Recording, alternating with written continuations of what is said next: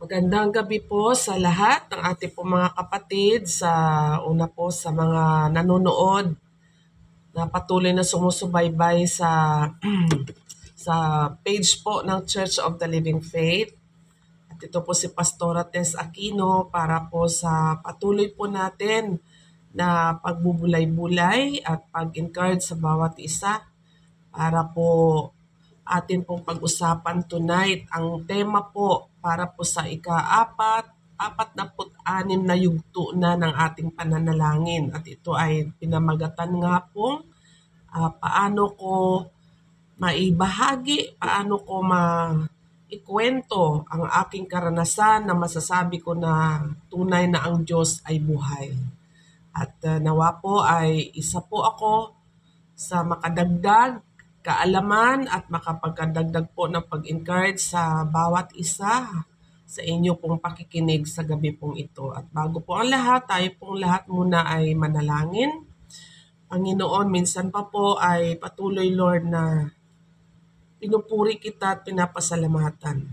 Sapagkat, O Diyos, isa sa pinubuksan mong pintuan sa amin, Panginoon, na nakakilala sa iyo ay ipahayag sa lahat, ibahagi sa lahat, Panginoon. Ang hindi lamang mga bagay na mga karanasan na dinig sa iba, kundi ang mga karanasan na masasabi ko, Panginoon, na totoong buhay ka. At sa gabi pong ito, patuloy ka pong manguna at patuloy mo po na bigyan, O Diyos, ng bukas na isip ang lahat po ng nakikijoin ngayon para sa gabing ito, ng bukod sa palakasan, pag-encourage mula sa iyong mga salita ay ang pananalangin po. Maraming salamat po sa iyo pong pangunguna sa banal mong Espiritu, Ama, sa pangalan ng Panginoong Hesus.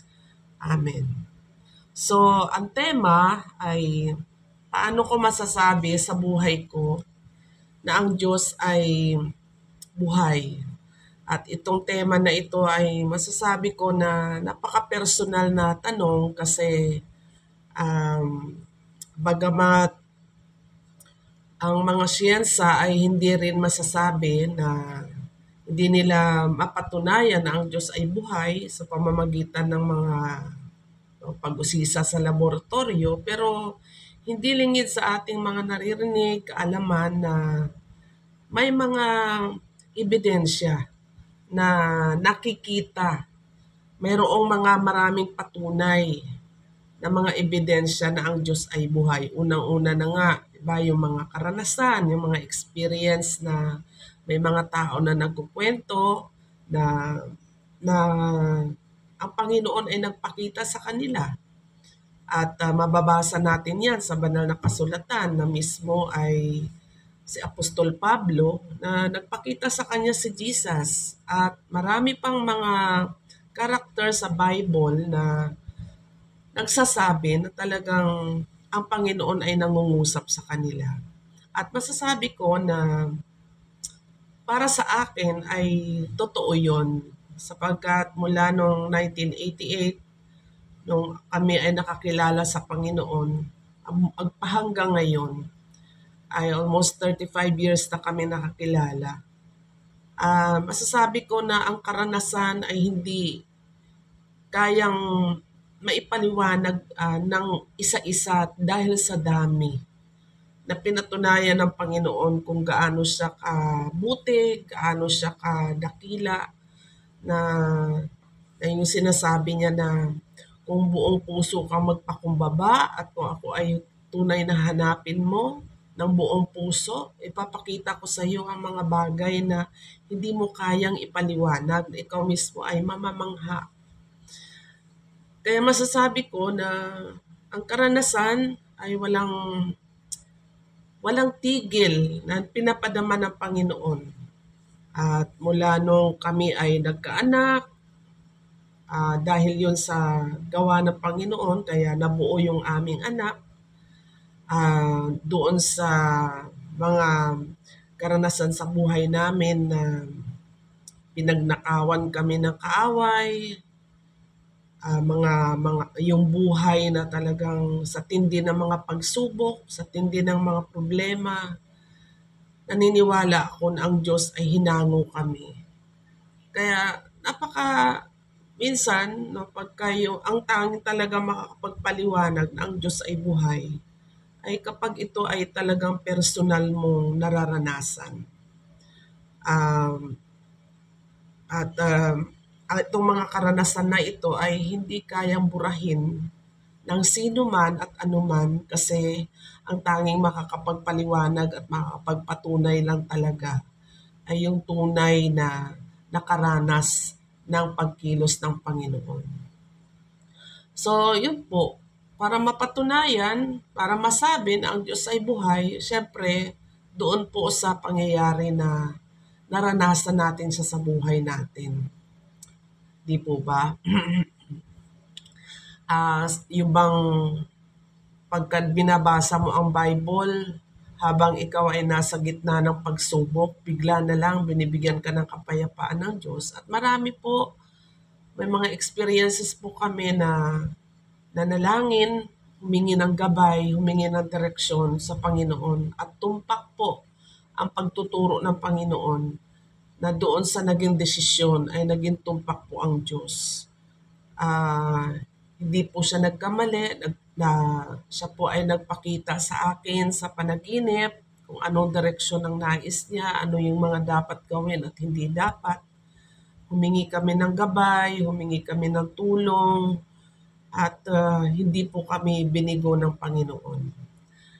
Bukod sa karanasan, makikita natin na ang kasaysayan ay nagpapakita na si Jesus ang pinakamatibay na ebidensya ng kasaysayan. Hindi po ba? Na makikita natin yan sa unang Korinto, chapter 15, verse 3 and 8, na mahigit 500 katao ang nakakita sa kanya pagkatapos na siya ay namatay. Maraming nakakita sa kanya na siya ay muling binuhay. At sabi nga po, isa pa sa mga patunay na ang Diyos ay buhay, mismo mababasa natin sa Bible. Kaya napakahalaga po na basahin natin ang Biblia. Kung di pa natin alam ang Biblia, marami po doong mga sipi sa Biblia na nagsasabi na ang Diyos ay buhay. At mismo na ang Biblia mismo ay hindi lang doon sa verse mo makikita, kundi habang binabasa mo ang Biblia, bagamat ito ay 1,500 years ago na isinulat ng iba't ibang tao, pero ang mensahe nila ay iisa. At makikita natin ang Biblia ay kapag ating binulay-bulay, kapag ito ay ating pinag-aralan, ay nakikita natin na kumikilos siya sa buhay natin at unti-unti ay nagbabago ng buhay. Pagka tayo ay nagsishare, pag tayo ay nagkwento patungkol sa Biblia, pagka tayo ay nagdi-disciple o nag-i-evangelize, may mga tao na pagkatapos marinig ang salita ng Panginoon ay nababago yung buhay. Nababago rin yung takbo ng buhay nila. Kaya ako naniniwala na dahil katulad nga sinabi ng Panginoon, di ba? Sa aklat ng Hebreo na ang salita ng Diyos ay makapangyarihan. Ito ay katulad ng tabak na magkabilay talim at ito ay tumatagos hanggang sa kasuluk-sulukan at sa kasuluk-sulukan ng ating mga kasukasuan. Pati ang laman ng ating buto ay bahayag sa Kanya.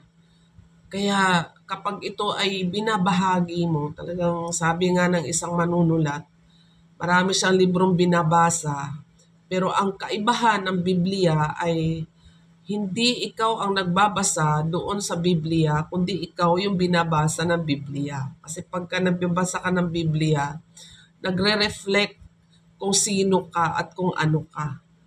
Pinapakita nitong Biblia na ito na kung anong klaseng pagkatao meron tayo.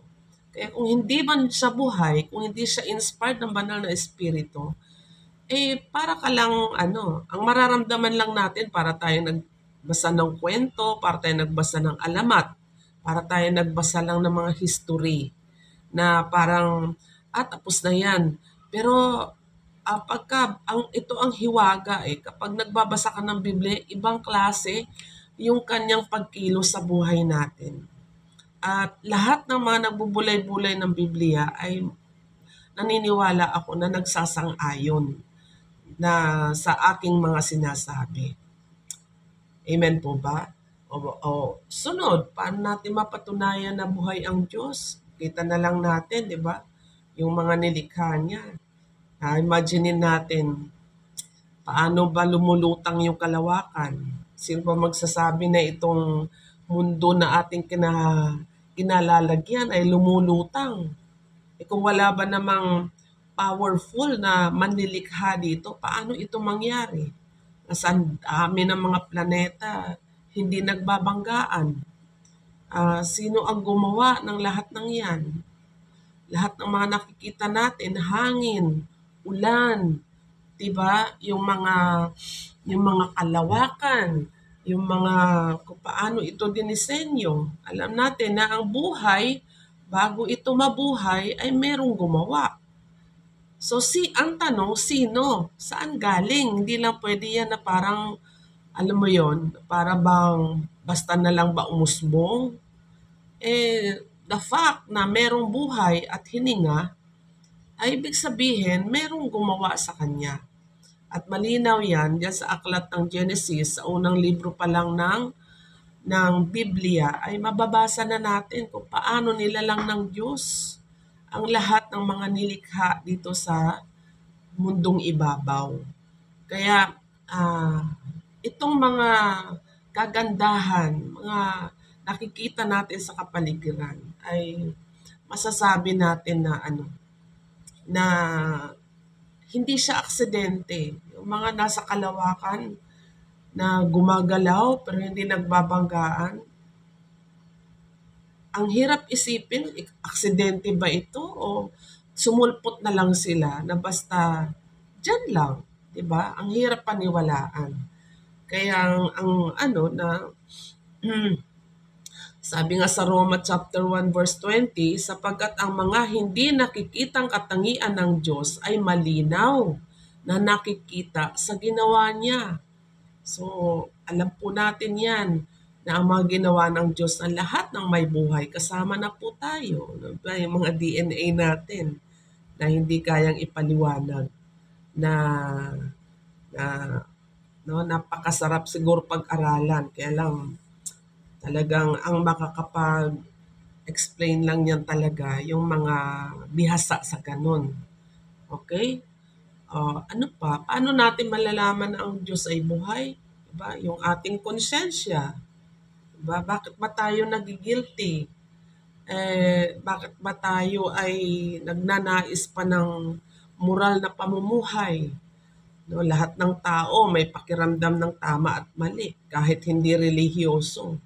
Saan kaya nagmula ito kung walang Diyos, di po ba? Kung wala ang Diyos, paano natin malalaman na mali ang ginagawa natin? Paano natin malalaman na tama ang ginagawa natin?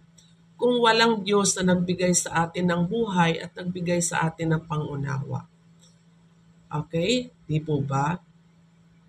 So, marami pagka nakakapanood tayo sa TV, mamamangha tayo, may mga nakakita sa panaginip, may mga visions na nasa panaginip nila ay nagpapakita ang Panginoon, lalo na sa mga mananampalataya. Sabi nga, ang Russia ay one of the fastest growing church sa mga panahon na ito. Dahil, ang Iran, tama ba?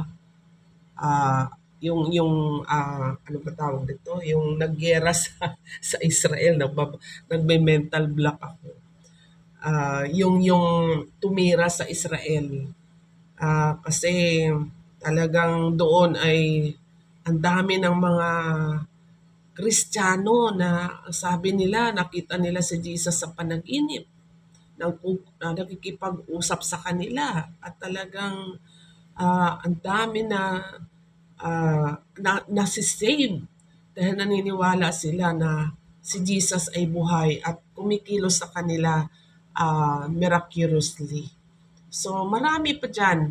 Um, Kanina, ano nga lang, may finora si Bishop Pastor Alvin ba sa India, ay isa din sa mga fastest growing church doon. Dati nagsimulan daw sila as 2020, 2003, 2,000 yung miyembro. Ngayon nasa 300,000 na, and still growing faster. Talagang kasi ah, lalo nang nung nakaranas ang India na pinipersecute ang bawat churches doon ng mga Hindu. Nagagalit sa mga Kristiyano kasi ang mga Hindu na India ay nako-convert sa pagiging Christian. Pero sabi nung pastor doon na naglilid nitong church na ito, ay mas lalong bumilis ang pagdami ng mga Kristiyano nung nakaranas sila ng persecutions. Kaya ah, nakita nila na ang Diyos na ito at mismo itong pastor na ito na dating Hindu na nakakilala sa Panginoon, ang kanyang goal ngayon ay bago siya mamatay, gusto niya lahat ng Indian ay makakilala sa tunay na manunubos, sa tunay na tagapagligtas at walang iba kundi ang Panginoong Yesus. Kung wala ang Panginoon sa ganito, paano naisip natin na magbahagi ng salita ng Diyos? Sabi nga ni Apostol Pablo sa Aklat ng Korinto, kung ang Diyos ay hindi totoo, tayo na ang pinakakawawang tao sa mundo kasi ang pinanampalatayanan pala natin hindi naman pala totoo. Alamat lang pala. Para ano pa na maglingkod tayo? Para ano pa? Para pahalagahan natin ang kanyang mga salita. Para ano pa? Para maglaan tayo ng panahon na paglingkuran siya at sampahin siya sa kahit hindi natin nakikita. Diba? Na kung hindi naman talaga totoong nabuhay si Jesus at kung hindi siya totoo, edi tayo na ang pinakakawawa sa buong mundo. Pero sabi nga, hindi eh. Dahil ang ating pag-asa ay hindi dito, kundi doon sa walang kapantay na kaluwalhatian na inilalaan ng Diyos para sa mga nananalig at sumasampalataya sa Kanya. Kaya sabi ko nga, kung hindi totoo na may Diyos at kung hindi totoo na may langit at kung ang patutunguhan ng tao ay hanggang dito lang, na pagkatapos ng buhay dito sa mundong ito ay mamamatay na tayo lahat tapos wala na. Ay ano pa ang use para mamuhay tayo ng may moral? Ano pa ang purpose para mamuhay tayo na takot tayo magnakaw, takot tayo magsinungaling. May takot tayo sa Diyos, kaya tayo ay nagsusumikap na sumunod ayon sa kanyang kalooban. Sapagkat ang kanyang banal na espiritu ang nag-uudyok sa atin para gawin natin kung ano yung tama. Kung ang buhay natin ay hanggang dito lang, di gayahin na natin yung mga politiko, di ba? Ang mga sikat ngayon na natalo sa sabong, dinaya sa sabong, pinagpapatay yung mga nandaya. Kasi total ang buhay, ito lang naman. Kung ang buhay, bakit pa hindi mo gantihan yung mga umaaway sa'yo? Kung napupuot ka, nagagalit ka bakit hindi mo na lang, di ba, sagasaan yung mga yan? Bakit hindi mo na lang tudasin yung mga yan para matapos na?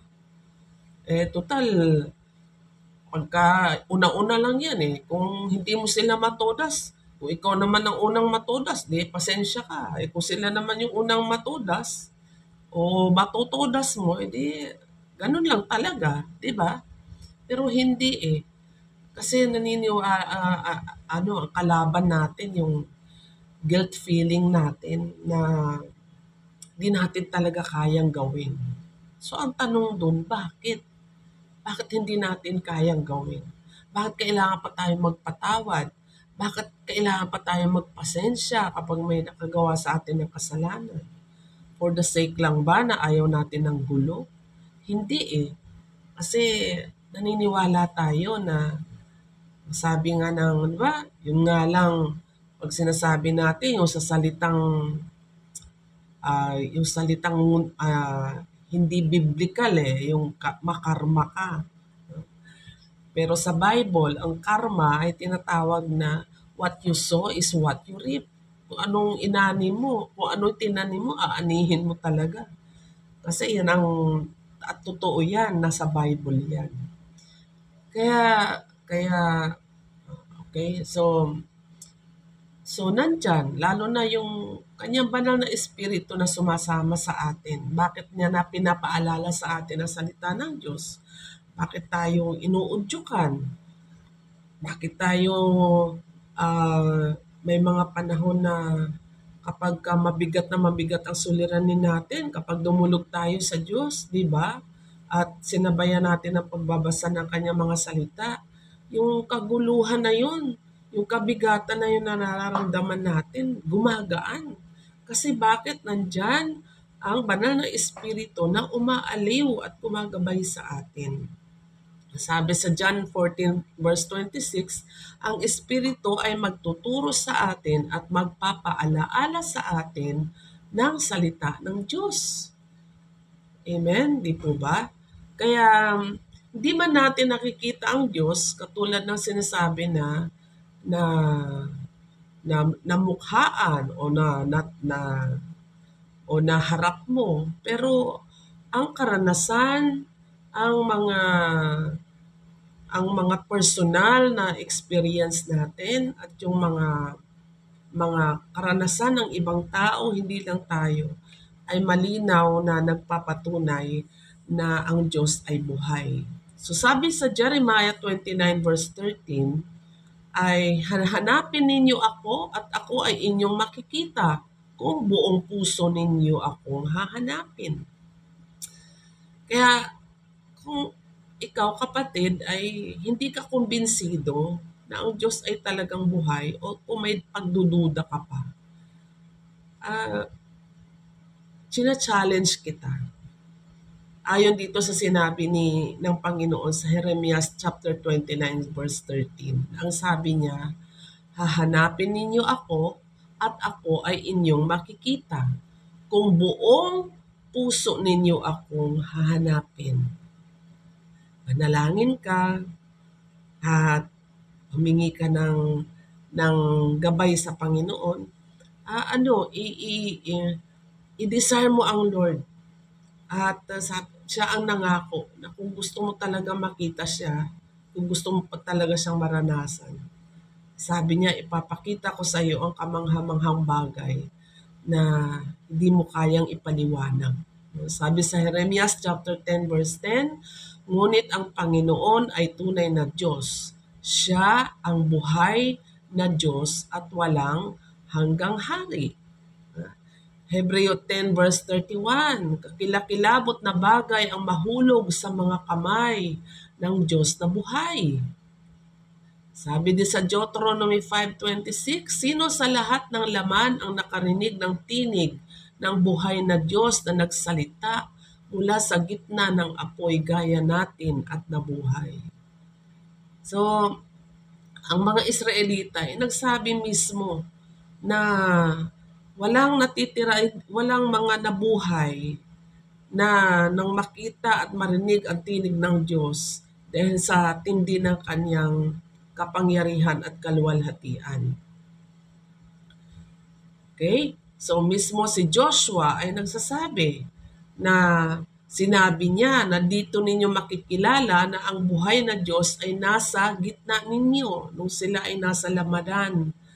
Dahil ang Diyos ay kumilos at sila ay tinulungan sa labanang iyon. So, sabi sa awit 42 verse 2, ang kaluluwa ko ay nauuhaw sa Diyos, sa Diyos na buhay. Diba? Sinabi ni Haring David, Matthew 16 verse 16, sumagot si Simon Pedro at sinabi kay Jesus, ikaw ang Kristo, ang anak ng Diyos na buhay. Di po ba?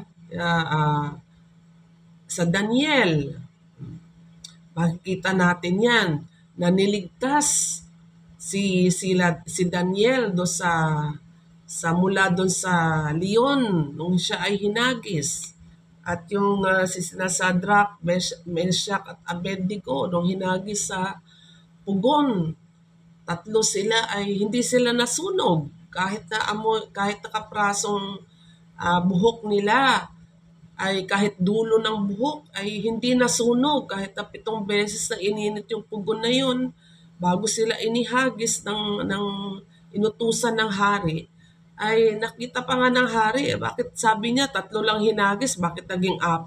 At sa tingin ko ang isa ay Diyos. So nung nilikas sina Shadrach, Meshach at Abednego, inamoy-amoy ng hari kahit amoy usok. Excuse me, wala eh. Kaya sabi sa unang Timothy rin, chapter 4 verse 10, sapagkat dito tayo ay nangangapagal at nagsisikap sapagkat may pag-asa tayo sa Diyos na buhay na tagapagligtas ng lahat ng tao.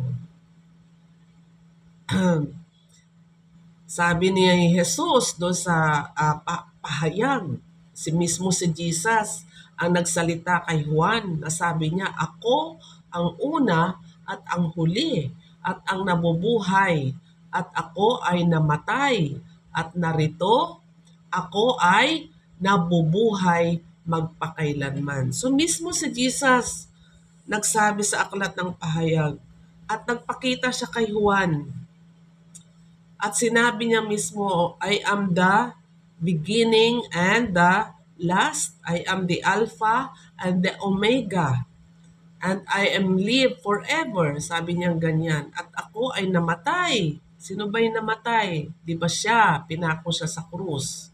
Pero sabi niya, ako'y namatay at narito ako'y nabubuhay magpakailanman. So ito po yung mga verses na nagsasabi na ang Diyos ay buhay at ang karanasan ay masasabing ang Diyos ay buhay. Na alala ko yung ang mga alagad habang sila ay nagtitipon.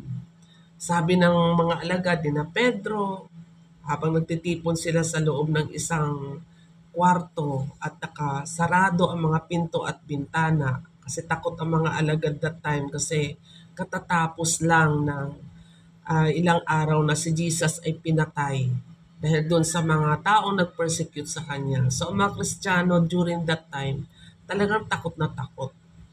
Habang sila nagtitipon, masaya na nagbalita ang ibang alagad at nagsabi, uy, buhay ang guro, buhay ang guro, buhay, buhay, buhay si Jesus. Merong sumagot doon, walang iba kundi si Tomas. Sabi ni Tomas, hindi ako naniniwala. Pero kung makita ko ang butas mula sa kanyang mga kamay at maisuot ko ang aking daliri sa butas ng kanyang tagiliran, maniniwala ako buhay siya. So, lumipas ang ilang araw, lumipas ang ilang linggo, at nagtipon sila muli. Doon sa kanilang pagtitipon, muli nakasarado ang pinto, sarado na naman ang bintana. Sila ay nag-uusap-usap at hindi nagtagal ay lumabas si Jesus at doon mismo sa gitna nila habang sila ay nakasirkel ng mga alagad. At ang unang hinarap ni Jesus, walang iba kundi si Tomas. Nung time na yon na unang nag-usap sila, wala si Jesus doon.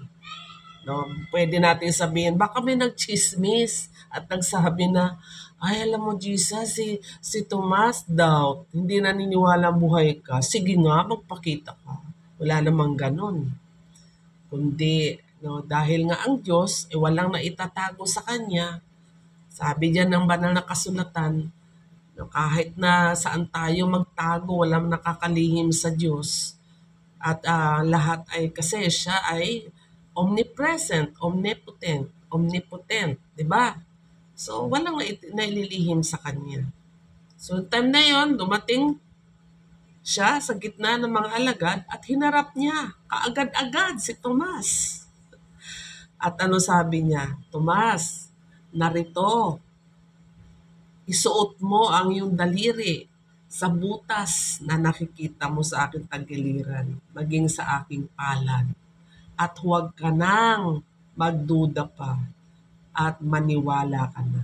Aba, ano ginawa ni Tomas? Lumuhod. At anong sabi niya? Diyos ko at Panginoon ko. So kung si Jesus ay hindi niya inaangkin na siya ay Diyos, dapat nung sinabi sa kanya ni Tomas na, Diyos ko at Panginoon ko, habang nakaluhod at siya'y sinamba. Sana sinaway siya ni Jesus, oy, hindi ako Diyos ha. Pero hindi siya sinaway ni Jesus. At ang ganda ng sagot sa kanya ni Jesus, kung ngayon, naniniwala ka, kasi nakita mo ko. Pagkatapos noon, hinarap niya ang kanyang mga alagad. Sinasabi ko sa inyo, mapalad ang mga naniniwala kahit hindi nila ako nakikita. Amen. Kaya ang tawag sa atin ay mga mananampalataya. Kasi hindi yan pananampalataya kung tayo ay naniniwala sa nakikita. Nakita na kasi natin eh. So hindi na pananampalataya ang tawag doon. Kaya tayo ay living by faith. At sa pamagitan ng pananampalataya, naniniwala tayo na may Diyos. Kaya hindi yan pananampalataya ako, ay maniniwala lang ako, nakita ko siya. Maniniwala lang ako, ma-proof ko na dalawang mata ko at mapatunayan ko na siya ay totoo. Sa prinsipyo ng mga tao sa na mayroong ano ba tawag dito? Mayroong kasabihan na to see is to believe. Pero sa Panginoon, ang nais ng Diyos, believe first and then you will see. Amen? So let's pray po. Father God, napakarami po, Panginoon, ng mga salita na mula sa iyong mga kasulatan ang maaring maibahagi namin. At sa loob po ng 66 books sa Biblia, ay doon po ay ang daming nakasulat ng mga karanasan ng inyong mga sinugo, karanasan ng mga taong tinawag ninyo sa lumang tipan at sa bagong tipan na nagsasabing buhay kayo. At hindi po natapos doon sapagkat Lord, lahat ng mananalig sa iyo at magbasa ng iyong banal na kasulatan, pagkatapos na mabuksan ang mga mata namin mula sa pagkakapikit namin sa katotohanan, sapagkat noon ay namumuhay kami ayon sa tradisyon, noon ay namumuhay kami ayon lamang sa paniniwala ng mga ninuno namin. Kaya kami naniniwala na may Diyos. Pero nung kami ay nagbasa ng iyong mga salita at tinanggap ka namin sa buhay namin bilang aming sariling Panginoon at tagapagligtas, at doon namin naunawaan na ang unang-una mong higit na ninanais sa amin ay hindi ang relihiyon, kung hindi ang relasyon, personal na relasyon. Kasi ang nais mo po sa amin ay patunayan na buhay ka. Ang nais mo po sa amin ay patunayan na naghahari ka sa lahat ng umaasa at nagtitiwala sa iyo. Sapagkat Lord, ang nais mo, Panginoon, ay mula noon hanggang ngayon ay mapatunayan sa lahat na totoo ka at buhay ka. Kaya nawa po, Panginoon, sa dami po ng mga pagbabahagi gabi-gabi patungkol sa temang ito na mapatunayan namin na buhay ka, na maaring sabihin ng iba, madaling sabihin na buhay ka, pero ang hirap nilang kumbinsihin kasi sila mismo ay hindi kanila naranasan. Dahil ito po, Panginoon, ay isang tema na napaka-personal, na malalim, na mahirap ipaliwanag, lalo na po kung ang mga nakikinig, kung ang mga nakikinig ay sarado ang puso at masyado nasasakop siya ng kaisipan na ayaw niyang maniwala o hindi ka totoo, ay mahirap pong ipaliwanag, mahirap pong patunayan, maliban na siya mismo ay makakaranas na totoo ka. Nawa nga po, Panginoon, maging challenge sa aming kapatid, sa mga nanonood ngayon, na magkaroon ng desire, intense desire na hanapin ka rin. Dahil ang pangako mo, katulad ng binasa namin kanina, kung hahanapin ninyo ako ng buong puso, matatagpuan ninyo ako. At ipaparanas ko sa inyo ang kamanghamanghang bagay na hindi nyo kayang ipaliwanag. Totoo po yun, Lord. At nawa nga po, sino man ang may desire na ganito, sa pakikinig kada gabi, ay magkaroon siya ng desire, pagkalooban mo po siya ng desire, na nasain niya sa puso niya, na maranasan ka niya. Maraming salamat, Panginoon. And since ito po, Diyos, ay panalangin para sa aming bansa, salamat po ng marami, Panginoon, sapagkat, Lord, nakalipas po ang bagyo na hindi po dumaan sa Pilipinas, bagamat hindi po kami natutuwa na tumama ito sa bansang Taiwan at marami po ang namatay dahil sa hindi po inaasahang baha. At nakakalungkot po, Panginoon, mabalitaan ang mga ganitong mga pangyayari. Pero nagpapasalamat po kami, Lord, dahil po naririnig niyo po ang mga panalangin gabi-gabi, tuwing umaga, tuwing gabi. Naingatan niyo po ang aming bansa, lalo na po sa mga panahong ito, Panginoon, na nasa season ng tag-ulan at nasa season ng sunod-sunod na bagyo. Dalangin namin patuloy, Panginoon, na kami, O Diyos, ay patuloy na proteksyonan mo at ang bansang ito ay ilayo sa lahat ng uri ng malalakas na mga pag-unos, malalakas na delubyo, katulad ng lindol, Panginoon, in the name of Jesus, ay huwag po mangyari, Panginoon, sa bansang Pilipinas. Dinadalangin po namin din ang nabalita ngayon, Panginoon, ang mga 30, kung di po ako nagkakamali, 30 crew Pilipino na hinostage, Panginoon, ng mga Hamas at nilunod at pinasabog yung barkong sinasakyan. At ngayon ay hostage nila. Dalangin namin, Panginoon, na bigyan niyo po sila, Panginoon, ng lakas ng loob, ng courage, O God, na magkaroon sila, Panginoon, ng pagtsatsaga sa kanilang pagtitiis. Huwag mo po i-allow, Lord, na isa man sa kanila ay mawala ng pag-asa dahil sa kanilang karanasan na ito. At dalangin po namin na ang nag-hostage po sa kanila ay hipuin mo po ang puso na magkaroon pa rin, Panginoon, ng habag, ng konsyensya, yamang Lord. Ikaw po ang lumikha ng puso ng tao. Kaya mong pagmatigasin, kaya mong lusawin, kaya mong palambutin. Kalooban mo sila ng awa sa mga tripulante ng barko, Panginoon, na makabalik sila sa kanilang mga mahal sa buhay.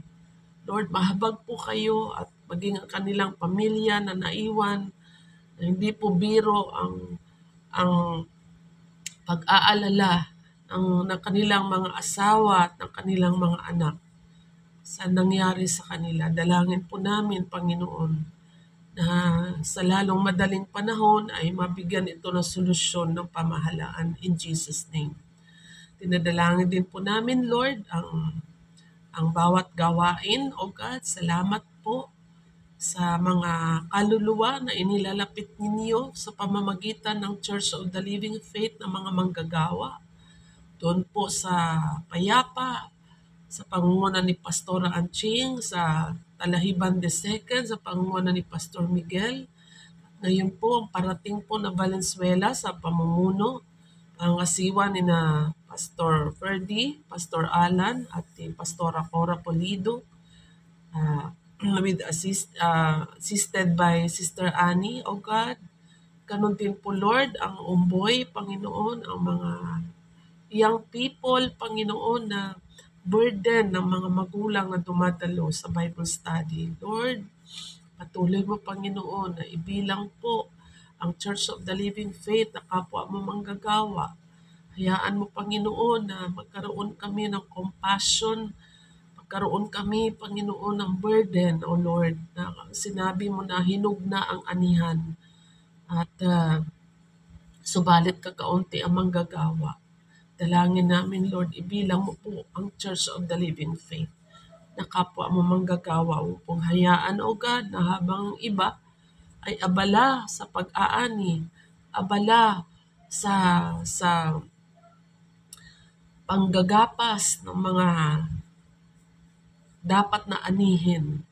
Wala ka nawang makita sa CLF, Lord, na kukuya-kuya-kuya ito walang ginagawa kasi walang pakialam sa mga kaluluwa na hindi nakakakilala sa iyo. Kaya dalangin namin, Lord, ang mga kabataan ay maging masigla sa evangelism, yung mga bagong kabataan ngayon na inilalapit mo po sa CLF, Lord, ay wag na pong mawalay pa, bagkus ay magdaragdag pa po sila, madagdagan pa po sila, Panginoon. Maging sa Navotas, sa Bukawi, hallelujah, God, patuloy ka po na manguna sa amin. Use us, Lord, mightily. Help us, Lord, to be na maging effective sa amin pong ministry, O Lord. Yamang, O God, ikaw ang nagbibigay at nagsustain sa amin ng lakas at kakayahan. Tulungan mo kami, Panginoon. Wala po kami ibang ninanais, O God, kundi gawin at sundin ang Great Commission mo. Ng Great Commission mo, Panginoon, ay humayo kami at ipahayag ang iyong mga salita. Lord, ang salamat po na maraming Panginoon. Sa mga kapatiran na may karamdaman, salamat po sa pagtugon sa tatay ni Jen Debuit, Lord, na patuloy namin kiniklaim na hindi na po siya tuluyang isitiskan at maging effective po ang mga gamot na nireseta sa kanya para mawala na po ang kanyang pananakit ng ulo. Kiniklaim po namin, Lord, ang totally healing for him kay Mang Armando, Panginoon.